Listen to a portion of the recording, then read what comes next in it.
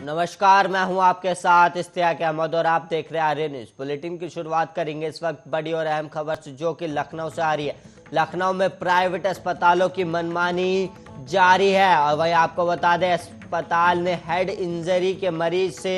ऐंठे करीब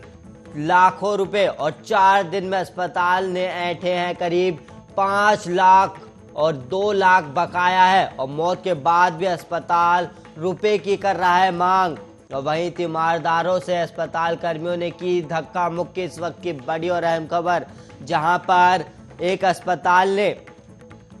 ऐंठे हैं करीब 5 लाख रुपए और मरीज की मौत के बावजूद उनसे दो परिजनों से 2 लाख रुपए की और मांग की गई है। इस वक्त की बड़ी और अहम खबर, जहां पर अस्पताल ने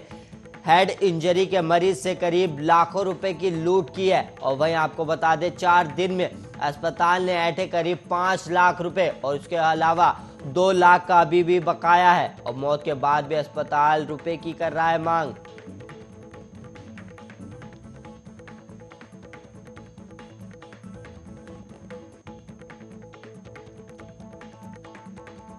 एआईएमआईएम के प्रमुख असदुद्दीन ओवैसी ने मंगलवार को दावा किया कि धर्मनिरपेक्षता के नाम पर मुसलमानों के साथ ठगी हुई है और समाजवादी पार्टी के प्रमुख अखिलेश यादव को चुनौती दी कि इस मुद्दे पर वो सार्वजनिक बहस करे और यूपी में 2022 में होने वाले विधानसभा चुनावों से पहले मुस्लिम बहुल रोदाली विधानसभा क्षेत्र के रसूलाबाद में एक रैली को संबोधित करते हुए ओवैसी ने मुस्लिमों से आग्रह किया कि किसी के साए में नहीं रहे और सपा प्रमुख पर हमला करते हुए ओवैसी ने आरोप लगाया कि अखिलेश यादव ने हमेशा मुस्लिमों में भय पैदा किया है। और वहीं एआईएमआईएम के प्रमुख ने कहा कि 19% मुस्लिम है और 9% यादव है, लेकिन मुख्यमंत्री आपका होगा और हमें चपरासी की नौकरी भी नहीं मिलेगी। और रुदौली के सपा नेता रुश्दी मियां का नाम लिए बगैर ओवैसी ने पूछा, सपा के मुसलमान उम्मीदवार चुनाव क्यों हार गए और बीजेपी का यादव उम्मीदवार जीत गया, और इसका मतलब है कि यादव मुसलमानों को वोट नहीं देते। और मियां 2017 के विधानसभा चुनाव में बीजेपी उम्मीदवार रामचंद्र यादव से हार गए थे और मुख्यमंत्री योगी आदित्यनाथ और सपा प्रमुख पर प्रहार करते हुए उन्होंने आरोप लगाया कि धर्मनिरपेक्षता के नाम पर मुसलमानों को धोखा दिया गया। और उन्होंने यहां की रैली में कहा कि अयोध्या के मुसलमान बाबरी मस्जिद ध्वंस के बारे में बात कर शर्मिंदगी या डर क्यों महसूस करें। सभी राजनीतिक दलों ने मुसलमानों और दलितों का शोषण किया और हमारी पार्टी हर घर में मजलिस करेगी।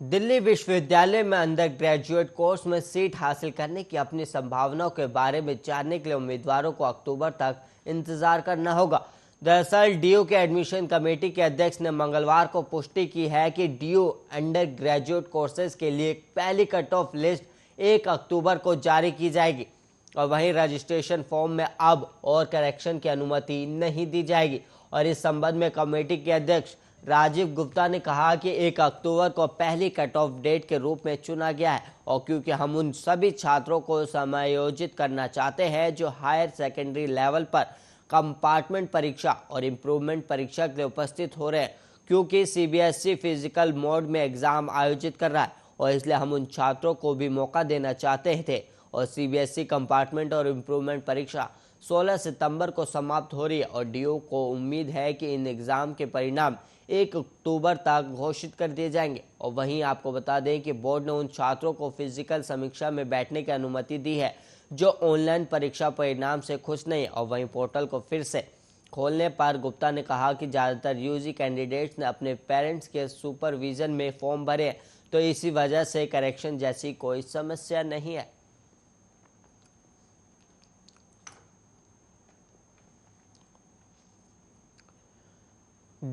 दिल्ली एनसीआर में एक बार फिर बारिश की संभावना है और मौसम विभाग ने बताया है कि आज दिल्ली के कई इलाकों में बारिश हो सकती है, जबकि अगले 5 से 6 दिनों में भारी बारिश हो सकती है। बारिश के कारण जहां लोगों को उमस और तापमान से राहत मिलेगी, तो वहीं जलभराव के कारण लोगों को समस्याओं का भी सामना करना पड़ सकता है। मौसम विभाग के मुताबिक देश के अलग अलग राज्यों में भी बारिश की संभावना है। मौसम विभाग ने अनुमान जताया है कि महाराष्ट्र के कई हिस्सों में जोरदार बारिश हो सकती है और मौसम विभाग की ओर से कोंकण क्षेत्र के लिए येलो अलर्ट भी जारी किया गया और तेलंगाना के कई हिस्सों में जारी भारी बारिश के कारण लोग अस्त व्यस्त हो गए और तेलंगाना के सिरसिला शहर और राजन्ना सिरसिला जिले में भारी बारिश देखने को मिली और झमाझम बारिश के कारण निचले इलाकों में पानी भर गया और पानी भरने के कारण यहां का सामान्य जनजीवन बेहाल हो गया और भारी बारिश के कारण मंगलवार को कई गांवों का संपर्क टूट गया। बारिश के कारण जहां लोगों को गर्मी से राहत मिली, वहीं जलभराव की समस्याओं के कारण लोगों को सड़कों पर चलने में काफी दिक्कतों का सामना करना पड़ रहा है।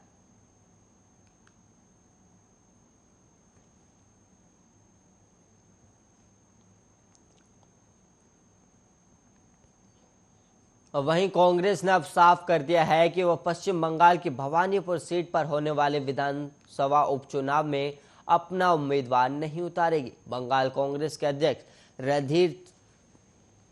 अधीर रंजन चौधरी ने इसकी पुष्टि करते हुए आगामी उपचुनाव के लिए कांग्रेस भवानीपुर सीट से कोई उम्मीदवार नहीं उतारेगी और इस सीट पर टीएमसी अध्यक्ष और पश्चिम बंगाल की मुख्यमंत्री ममता बनर्जी उम्मीदवार है और अभी तक बीजेपी ने भी अपने उम्मीदवार का ऐलान नहीं किया है। और पश्चिम बंगाल बीजेपी के अध्यक्ष दिलीप घोष ने कहा कि हम भवानीपुर सीट पर चुनाव लड़ने के लिए तैयार हैं और उन्होंने दावा किया कि हम लड़ेंगे और जीत हासिल करेंगे। और दिलीप घोष ने कहा कि संसदीय समिति उम्मीदवार का ऐलान करेगी और ममता बनर्जी को एक बार शुभेंदु अधिकारी हरा चुके हैं, अब किसी और को मौका दिया जाए। और वहीं आपको बता दें कि इससे पहले कांग्रेस ने कहा था कि वो भी विधानसभा उपचुनाव में भवानीपुर सीट पर मुख्यमंत्री ममता बनर्जी के खिलाफ उम्मीदवार खड़ा करेगी। और वहीं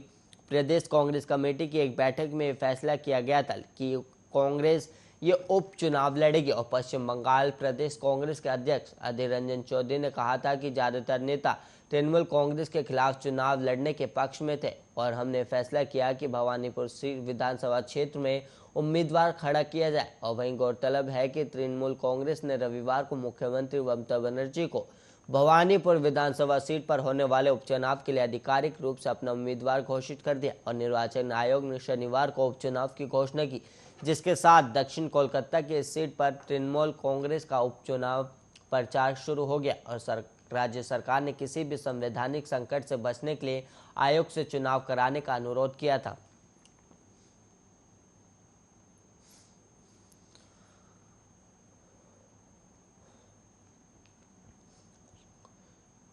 कोरोना की दूसरी लहर का कहर धीरे धीरे कम हो रहा है। हालांकि तीसरी लहर की आशंका के बीच कई राज्यों में एहतियात बरती जा रही है और साथ ही ज्यादातर राज्यों में स्कूल और कॉलेजों को दोबारा खोला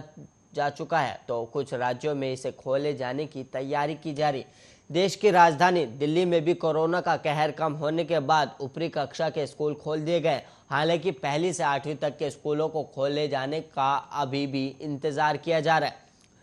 दिल्ली सरकार 122 शिक्षकों को करेगी पुरस्कृत और वहीं 4 को मिलेगा विशेष सम्मान। इन सब के बीच 6ठी से 8वीं तक के स्कूलों को खोले जाने को लेकर दिल्ली के डिप्टी सीएम मनीष सिसोदिया ने बड़ी जानकारी दी है और शिक्षा विभाग का भी प्रभार संभाल रहे मनीष सिसोदिया ने न्यूज एजेंसी से बात करते हुए कहा कि दिल्ली आपदा प्रबंधन प्राधिकरण की बैठक में इस पर चर्चा होगी और इसके बाद फैसला लिया जाएगा कि दिल्ली में 6वीं से 8वीं कक्षा के स्कूल कब खोले जाएंगे।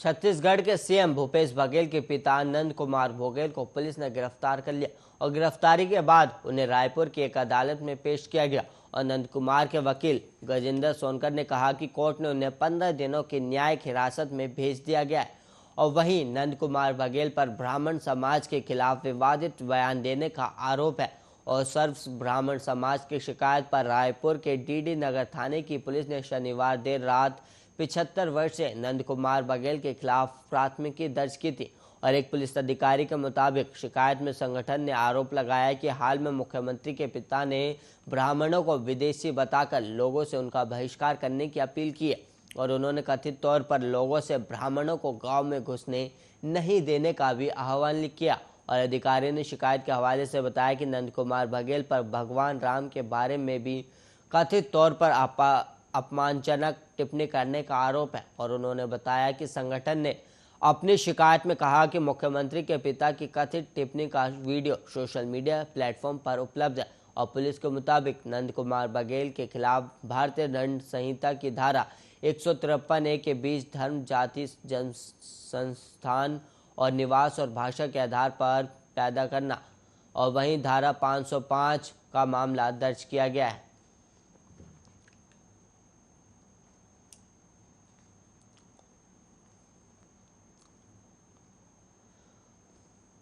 मलेरिया से रुड़की क्षेत्र में एक ही परिवार में मां बेटे की मौत हो गई और वहीं जबकि इसी परिवार के भाई बहन अस्पताल में भर्ती है और कलियर क्षेत्र में रहने वाले इस परिवार के साथ साथ आसपास के घरों में भी लोग बुखार से पीड़ित हैं। और मृतक के परिजनों का कहना है कि ना तो स्वास्थ्य विभाग की टीम जांच के लिए पहुंची है और न ही नालों की सफाई और दवा छिड़काव के इंतजाम किए जा रहे। और बरसाती सीजन में वायरल मलेरिया और वहीं डेंगू और स्क्रब टाइफाइड बुखार के मरीज सामने आने लगे हैं और इसमें भी मलेरिया जानलेवा साबित हो रहा है। और कलियर में 3 दिनों में 2 लोगों की मौत हो चुकी है और 8 दिन पहले रुड़की के आरोग्यम अस्पताल में कलियर निवासी तबस्सुम पत्नी रियासत के भी भर्ती कराया गया था। हालत बिगड़ने पर एम्स ऋषिकेश रेफर कर दिया गया और जहां 2 दिन पहले उसकी मौत हो गई। और इसी प्रकार बीते सोमवार को भी उनके बेटे आहत की अस्पताल में इलाज के दौरान मौत होगी और उनकी बेटी 14 वर्षीय बेटी मंतसा का रुड़की के तुलसी अस्पताल में इलाज चल रहा है। वहीं पीड़ित परिवार के लोगों ने बताया कि उनके मोहल्ले में जो लोग बुखार से पीड़ित हैं उनका ऑक्सीजन लेवल कम हो रहा है और साथ ही मरीज वायरल बुखार के अलावा उल्टी और शरीर में जकड़न जैसी शिकायत करें और ये लोग अपने स्तर पर ही अलग अलग अस्पताल में इलाज करा रहे। और यहाँ के लोगों ने नगर पंचायत चुनाव में वार्ड नंबर 1 में वोट डाली थी, लेकिन अब दोनों वार्डों के प्रतिनिधि इसे एक दूसरे की सीमा में बताकर नाले की सफाई से पल्ला झाड़ रहे।